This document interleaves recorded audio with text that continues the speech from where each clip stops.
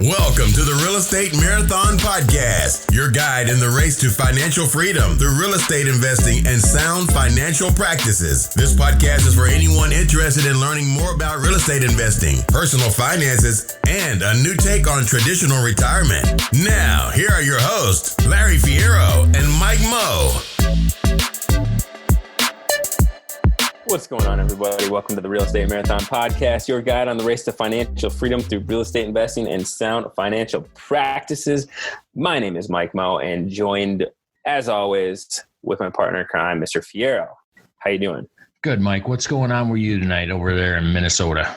Well, keeping warm, underwriting some deals. Like you said, we got that 36 unit that we put an offer in on yesterday. So, got some fire drills to put out with that thing just before we started recording, but it's good problems to have. That would be the definition of making it happen right there, folks. Mike, making the dream happen. Yeah, something like that. It's fun though. Well, we got a long ways to go, but it's we're getting there. Real life monopoly. That's what I call it. It's so much fun. I'm actually looking at trading in 5 houses right now for a hotel.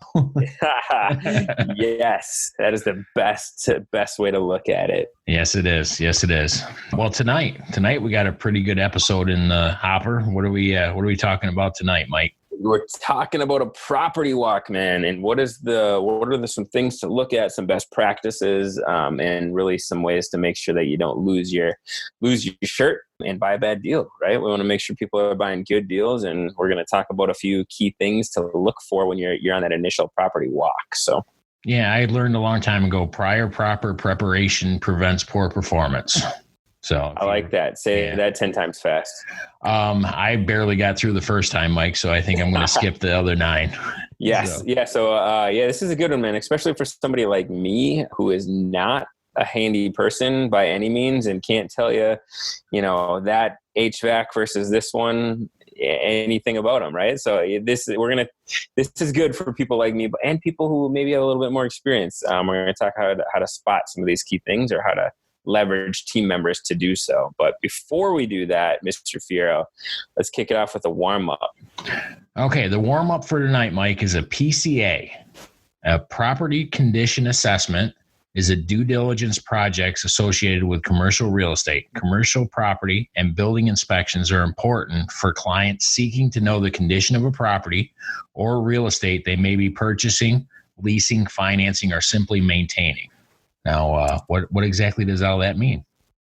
Yeah, man. I mean, it's the write-up on the property. What's the current state? What are some things to look out for? And put it in layman's terms so I can figure it out. A lot of times we pay these people to go through these houses and document every single thing because they're experts at it and lay it out really what are those risks to somebody who might be looking to buy the property and how to either mitigate those or just plan for them, right? So it's the worst thing is something that is unknown, but if you know for it, you can plan for it and it still makes sense in your numbers, then you're good. So yeah, PCA, good thing to have, good thing to know. Yeah, and the PCA for commercial is one thing, and then you've also got it for if you have under a 5-unit property, 1, 2, 3, 4 units. The previous owners generally are the ones who fill this out, so you really have to pay attention to the report when you go and look at the property and kind of touch on all of the areas that they give you in that actual report that you get from the real estate agent or broker.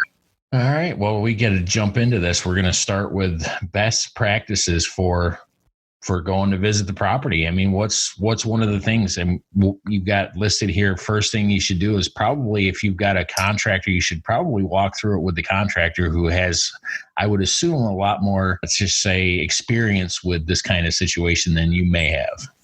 Yeah, and definitely depending on what you're planning on doing with the property. So if this is a property that needs some extensive work, right? If you're doing any sort of rehab in here that you aren't extremely experienced at, I guess, estimating yourself, then you should walk it with a contractor or somebody or a team member of yours who is very well versed on estimating what the turns on these are going to be as far as the cost to get them renovated, right? Because there's nothing that kills a deal worse than thinking you're going to spend $10,000 on a property to get it up and running, and it actually costs 30 grand because you're just not as experienced, estimating these rehabs. So if it does have a rehab or really any sort of work that is going to need to be done with it before you can rent it, it's not exactly turnkey. You want to walk it with somebody who is experienced with estimating that. Yeah, the more eyes you have on the property, the better off you'll be, because not everybody catches everything. And if you have a couple of different sets of eyes, you could have somebody miss something, and then your contractor, whoever you're walking with, catches the issue or whatever default that, let's just say, on the property and puts it in their numbers. And if you've got a good enough contractor that you feel comfortable with, you've worked with on several different occasions, he may be able to give you an estimate going through right there, so you can factor that into your number. So. Well, I think they should. I mean, I think especially if this is going to be a rehab, they should be walking these and writing up estimates for everything you plan to do with it. So it's not just kind of guess, you're not just kind of rule of thumb in this. You want to know and get bids for the things that you are planning to do with it, especially if it makes or breaks that investment. Yeah. And you'll get a feel as you use and work with contractors, you get a feel about whether they come in with accurate numbers or not. If you start having a contractor give you numbers and you're consistently going $10,000, $15,000, $20,000 over budget, you may want to look into getting a different person. Yeah, that's a whole episode for another time. This is assuming that you got a contractor that you've vetted and you've potentially worked with. But yeah, you definitely want to make sure, if you haven't and this is the first time you're working with them, it might make sense to get a handful of bids, definitely. And the next one, you have to know your strengths and weaknesses. Like you said, if you're not a handy person, if you can't do the repairs yourself, you don't have an eye for the repairs, you definitely have to factor that in, because I know, like, I'm a handy person, so I can do a lot of the work myself. When I go look at a property, I'm always looking at it as me doing the work on it. So I can always get away with a little bit lower number, because all I have to do is provide the materials and then I supply the labor myself. But if you're not that person, you have to factor in having that contractor do the work for you. And that's a lot more expensive than if you did it yourself. Sure. And, you also have to know, if you're not really experienced doing this, you probably don't know what to look for either. So like I've said before, like, I'm not a super handy person. Like I said, I couldn't tell you the difference between, one HVAC and another and what's going to cause me, cost down the road. So my agent that I usually work with on these smaller properties is very, very, he can, point out the plumbing and the shingles or the roofing, the asbestos here, and the galvanized plumbing here, and this isn't up to code, and these little things that might get picked out that I am never going to spot, right? That's just not my thing. It's not my strength. So I know that. So therefore I walk it with them and we pick those things up, right ahead of time. Granted, you likely are going to get an inspection report anyways on these properties that are going to detail this as well. But it's good to know these things ahead of time on that initial walk where you're walking it with your agent. Yeah. So let's, why don't we jump right into the actual visit? You pull up in front of the property, you got your real estate agent, potentially your contractor with you. You're standing in the front of the house. What's one of the things you really should start looking for? First thing you see, man, let's check out the siding. Good condition. Is it old? Are there cracks? Are there holes? What is it? So, this obviously varies from market to market, but if it's wood siding, if it's vinyl siding, if it's asbestos siding, we got a lot of that in some of the areas that I've invested in the past. So just things that you need to know about, right? Because those are some big high ticket items that you want to know is that near the end of its useful life where you're going to have to consider that. And then not only that, but it leads to what we'll eventually talk about, which is moisture. If you got issues with siding, that's kind of the first level of defense for moisture in a property, and moisture causes havoc and is super expensive and is like the cause of tons of different properties with issues within a property. So you want to make sure that siding is in solid condition. Yeah, and especially for, like you said, with the siding, you've got your vinyl siding. You're looking for panels that aren't hooked together, panels that are kind of bowing, cracks, big holes missing from the vinyl siding. Another thing is I went and looked at a house that had cedar shake siding, and it was not painted. It needed to be sealed or painted. You could just tell that the siding was weathered. And another thing you really want to look for is damage. If you go to a siding that's wood and you see bore holes and things like that, things that may be telling you that you've got termite damage or anything like that, and then they'll pick it up on the property inspection, but it's something that you should be able to tell or see if you're looking at the siding and you see distinct damage from insects or mice or whatever. That's another thing just to be aware of, and just give it a once over. So brick, if you got brick, there's obviously there's a lot of maintenance with tuck pointing, with keeping brick up to snuff. So you want to make sure you take a look at that. And then while you're here looking at the siding, the foundation is another good one to make sure you're walking. Obviously, if you have any concerns with the foundation, that kind of scares a lot of people when they hear, foundation work, but it's always best to have an expert check it out if you have any concerns. Because they may just tell you it's not a big deal, or they may just give you a price tag that you got or a price quote that you got to work into your estimate of the property, right? So, yeah, foundation and siding are a couple big things that you want to key up on first thing when you look at the property. Yep. That's a big ticket item. The next big ticket item that I always pay attention to is the roofing, the gutter, and the soffits. You're looking for visible damage on the roofing, siding, roofing and soffit. Are you missing gutter pieces? Are you missing shingles on the roof? You should be able to step back. And one of the things that somebody recommended is maybe get one of those drones, and with a camera that you can send up and kind of do a better inspection of the roofing. You're looking for what kind of roofing is it? Is it a flat roof? Is it the rubberized roofing? Is it a shingle? Is it a 30 20 year shingle? Are you missing any shingles? I actually went and looked at a property that had green moss growing out between the shingles, and that's a clear indication that you need a new roof. If you see big green spores coming out of the shingles, then you're going to need a new roof relatively soon. For sure, yeah. And you brought up flat roofs, and that's definitely something that you want to understand a little bit before you get involved with it. I've been involved with flat roofs before, and they're not cheap. They leak pretty consistently. They're high maintenance, and they're very, very expensive to replace.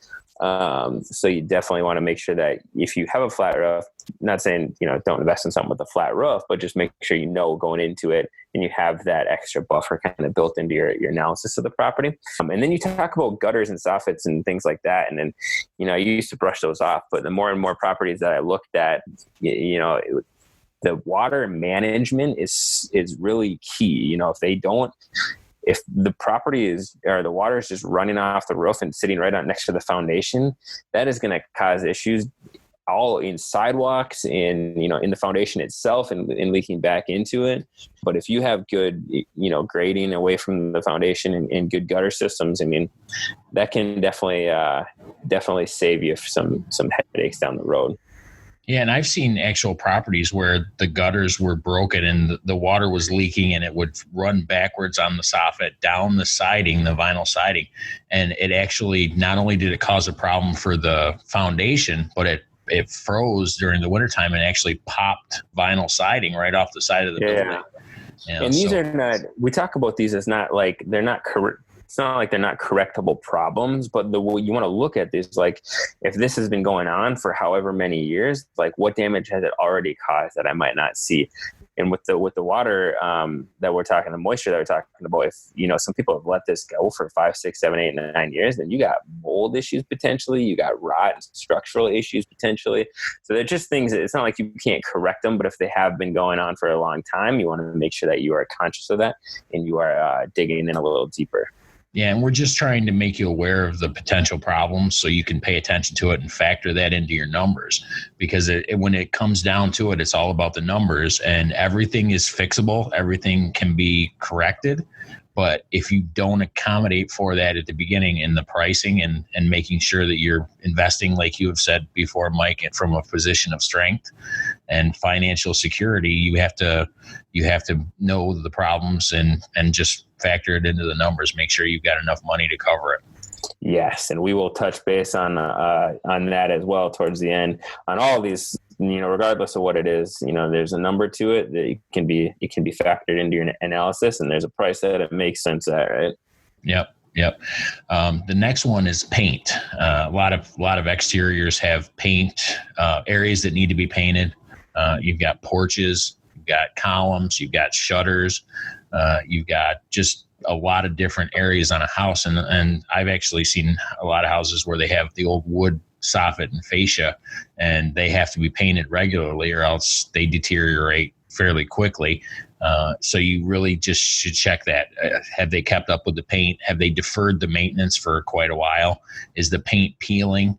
What's the age of the paint? Is it an older paint? Are you thinking potentially lead-based painting, things like that? You just, like you said, it's just the visible stuff that you can see out in the open and just accommodate for it in your numbers, because paint can be a big one. If you have to have pay somebody to scrape that paint off.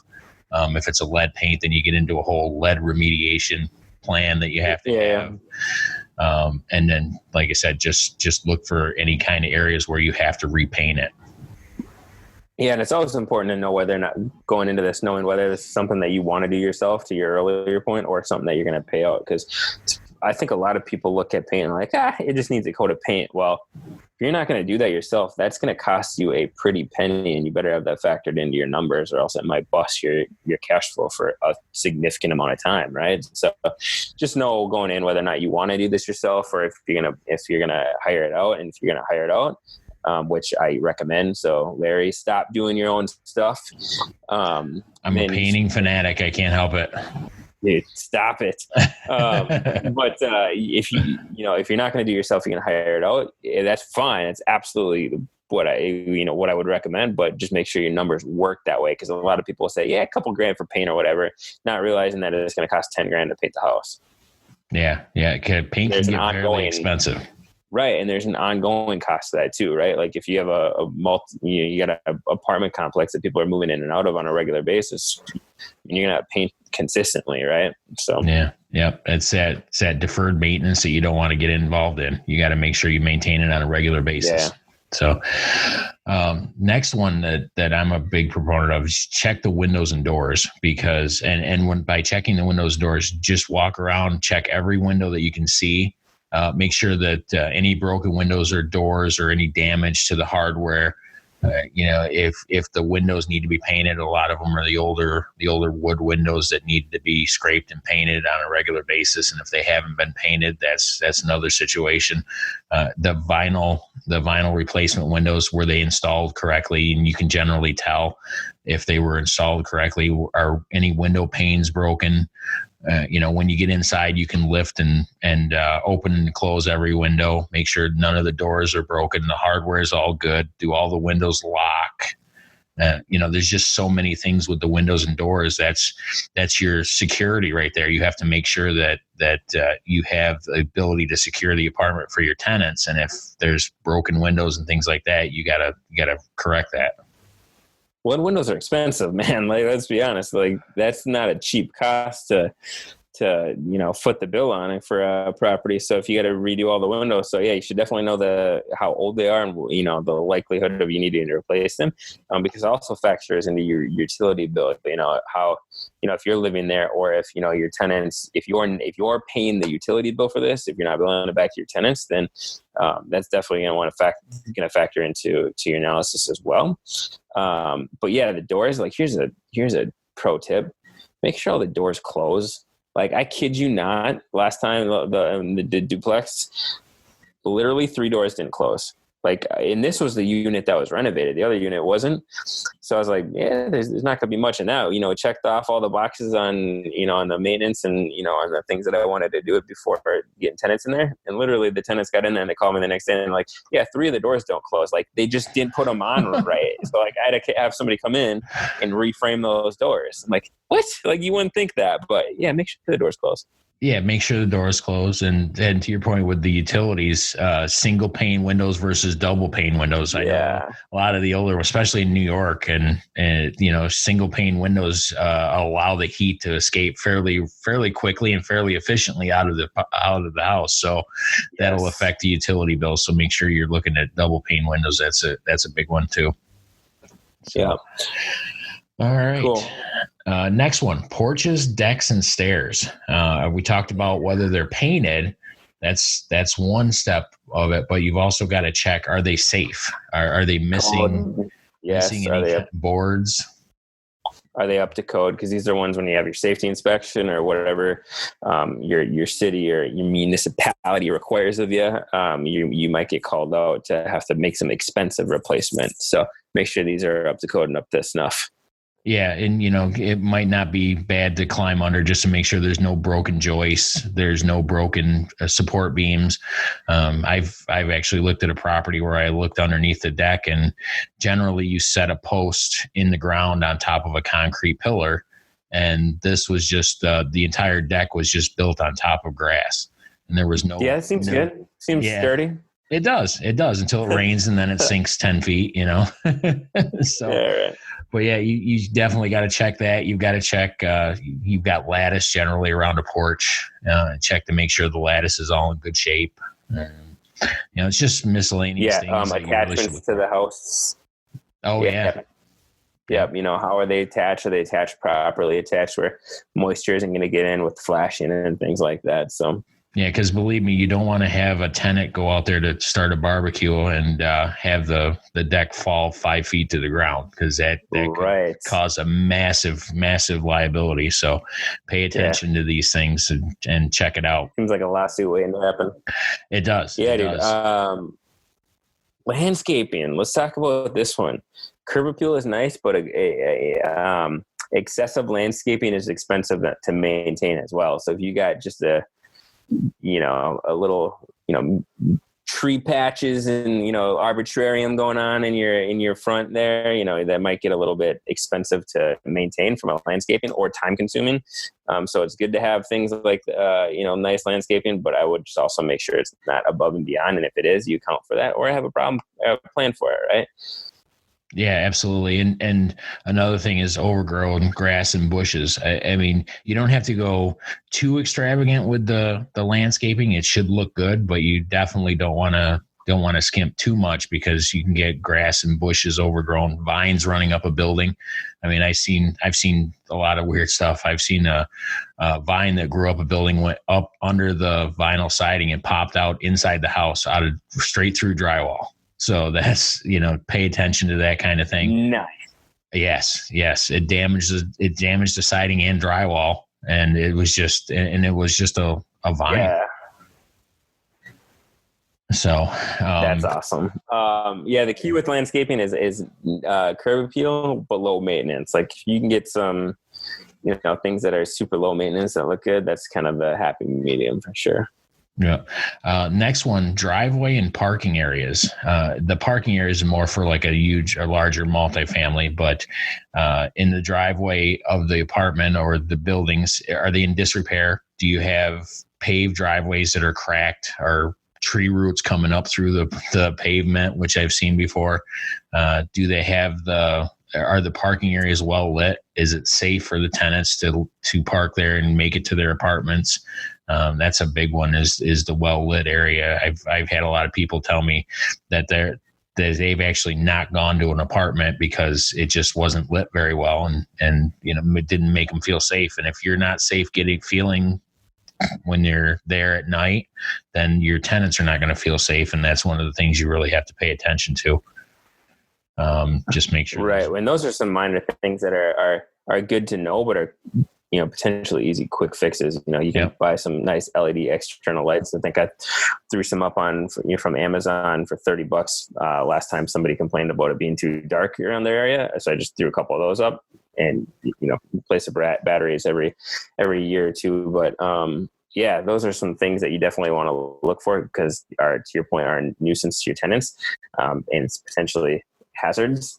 They're also expensive, driveways and parking areas, getting those resurfaced and getting those patched up if you need to.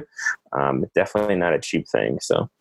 Yeah. So you definitely, just factor it in. Everything's repairable. We're not telling you all this to discourage you from buying an investment property. Quite the opposite. We're just making you aware of it, so you're better armed to do a better job at picking the correct ones. So. Heck yeah.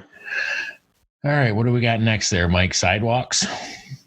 Yeah, so on the same line, you want to make sure they're doing your property a favor with moisture. Make sure sidewalks are butting right up to the property. You want to make sure they're grading away from the property. But yeah, those are another one. Make sure they're in good condition. Make sure they're safe. Make sure they're up to code. Because again, sidewalks getting ripped out and replaced are pricey. And you want to make sure that you got that accounted for.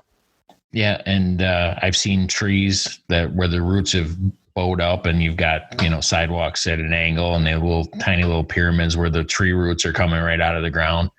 So that's always exciting and fun. So just pay attention to that. Nice little feature. Yep. I've seen way too many weird stuff. Garages and storage buildings also, you have to take into account those, because for all 5 of the properties I own with the 10 apartments, they've all got garages. They've all got storage buildings, and you have to watch the garages. One of the houses I purchased had a garage that was leaning to the left. And, it did not look safe. It looked like it was heading for the neighbor's house, and it was trying to make a break for it. But, all you have to do is you go in and kind of jack it back the other way and kind of square it up and nail some support braces, and you're good to go. But it was an expense that I had to deal with. And, just pay attention. Same things you would pay attention to the house. Roofing, siding. Is the garage floor in good shape? Is it all broke up? Is it a dirt floor, which isn't a bad thing? Do the garage doors all work? Are the windows broken? Is it well lit? Is that going to be part of the property, or is that an addition that you can rent out for a side amount of money in addition to the rent? Yeah, and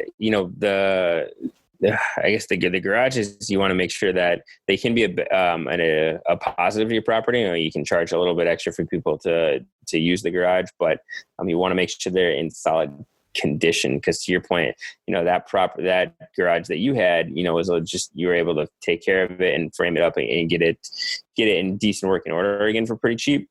A buddy investor of mine had to replace a garage on one of his properties. The city basically forced him to, based on the condition that it was in. It cost him $50,000 to do that. So think of how many years of cash flow that ate up right there.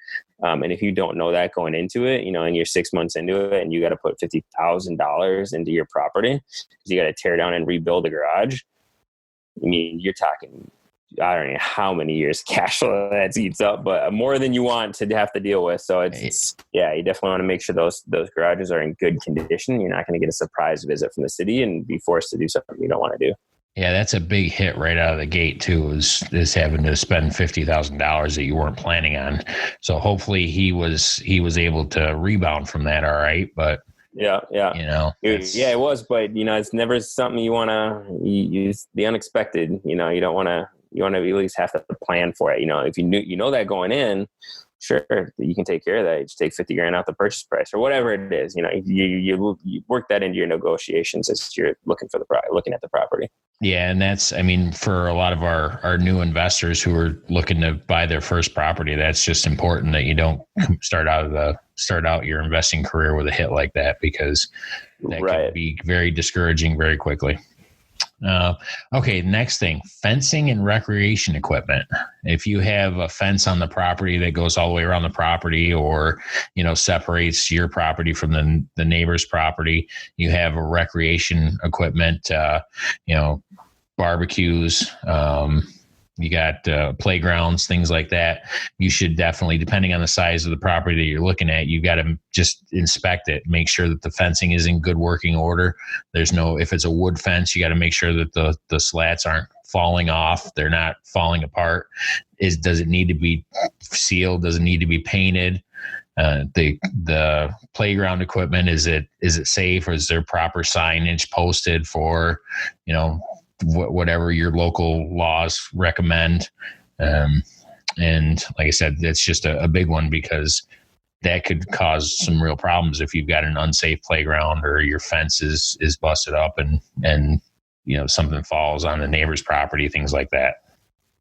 Yeah, for sure. And it's definitely things that your tenants are probably going to call out anyways once they get in there. So you want to know ahead of time so you can take care of it and have happy tenants, right? You want to have that good relationship. But yeah, anything you can get taken care of before you pick up the property, it's good to call out. So then you can have the existing owners kind of remediate some of those problems for you. Yep. So, and then depending on the size of the property, your pool area. I know a lot of the multifamily properties that Mike and I look at currently, most of them have a pool area that's for use for the tenants only. You should definitely check that out. Just walk through, make sure that the filter's working, the fence around the pool, because a lot of states have laws and fencing is required. Check to make sure that the pool is enclosed, so you don't have a liability issue. You have to have the signage that's required in your state up and posted to allow people to know who can use the pool, what the pool hours are. Just check the general overall condition of the pool, the actual siding of the pool, the walls of the pool. Do they need to be resurfaced?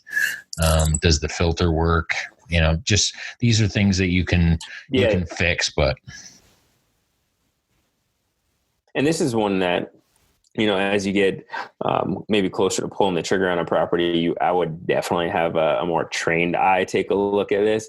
Pools can be pretty expensive with the various parts, and especially the bigger pools, like I forget exactly what they call it. They're like the sand filtration system that they have down there. I mean, that could be a couple $1,000 to $5,000 to $10,000 depending on the size of the pool, the plaster, the deck edges on the pool, like all that stuff. If you have to resurface or fix any cracks or resurface that stuff, can be super expensive. So as you get close, definitely not maybe a first pass thing, but as you get closer to maybe pulling the trigger on the property, you want to know exactly what the bill of health for that pool is. Yeah. And another thing is pool furniture around there. Do you have to replace the pool furniture? If you're standing there looking at the pool and you look around and you've got a bunch of broken wicker pool furniture, you're probably going to have to drop some money on replacing that and getting those recliners, because people love to lay out next to the pool in the sunshine. So, and you probably want to, if that's a selling point for your place, yeah, you probably want to make sure that thing's up with nice new picnic tables and make it a good place to hang out versus just kind of an afterthought. Yeah. And, and it's one of those things where you have to pay attention to as many things as you can. And the more eyes you have on it, the better off you'll be. Yeah. And especially the trained eyes. So know your market too, because the pools, again, are something that, are very specific to the market as far as the rules and regulations around it.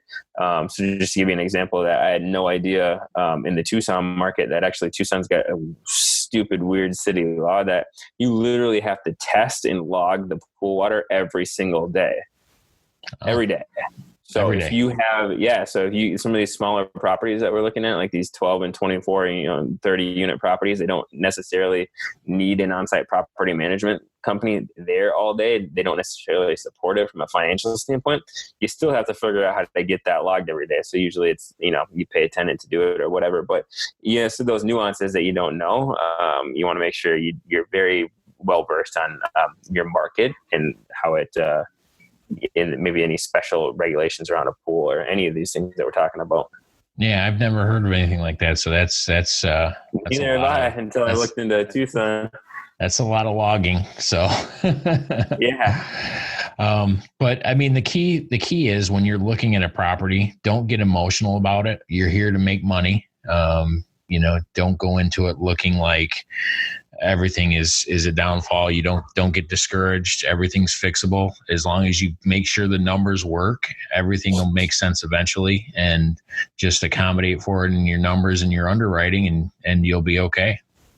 Yeah. And the other side of that, man, too, is if you do see some of these big problems, if you see foundation problems or asbestos or, any of these problems, if you can figure out how to solve these, I mean, some of these big things, like 90% of investors or people looking to purchase it don't want to touch it. Right. So if you can figure out how to solve these problems and you can kind of go in there with an angle, that's gonna really reward you in the end. So the more complex the problem, if you can figure out a way to solve that, you're typically going to get paid off a little bit more in the long run. So I would say don't get scared away by that foundation problem. Maybe just really know an expert who can give you a really good an estimate on it, or learn one, I guess, problem that you might be able to solve, and look for properties that have that, so you can kind of take advantage of that where others might run away.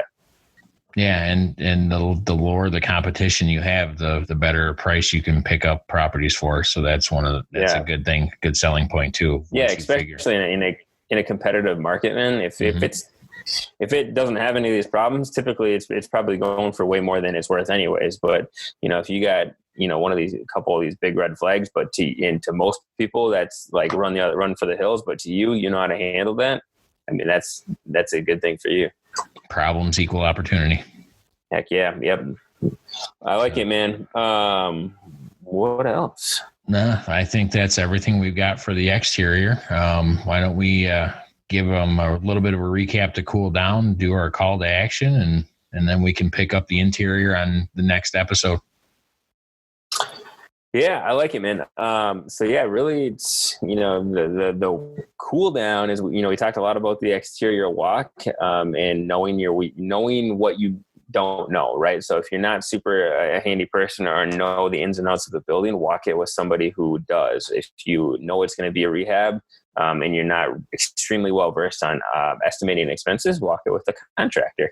But yeah, anything from the siding to the foundation to the gutters and the water and the landscaping, all these things can be solved. It's just you got to know the price tag and you got to know what it's worth to you and factor that into your estimating. So really, call to action, I'd say, make sure that you find a extremely good contractor if you haven't already, and a building inspector. You can typically on the 1 through 4 units, you can use the same type of inspector that would walk like a single family house. It's pretty similar. There's a lot of crossover there, but get in a building inspector that you're comfortable with, that is really, really comes highly referred or highly recommended, because this person will either cost you or save you a boatload of money in the long run. So I think that's a call to action, man. Find a contractor and find a building inspector that you are super confident with, who can help you out to identify some of these things as you walk your first couple properties.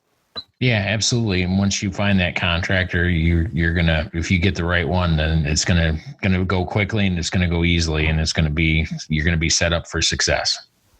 Heck yeah. It's all about just, like I said a couple of times during the show, not being surprised. Like the unexpected is what gets people kind of in a bad spot. But even if you buy a property with all these problems, at least if you have the list of them and you like factored them into the price and you know when you're going to tackle them and how, then you're way better off than just getting that random surprise call a month after you buy the property and you got water leaking all over the place, So just being prepared is kind of the underlying theme here.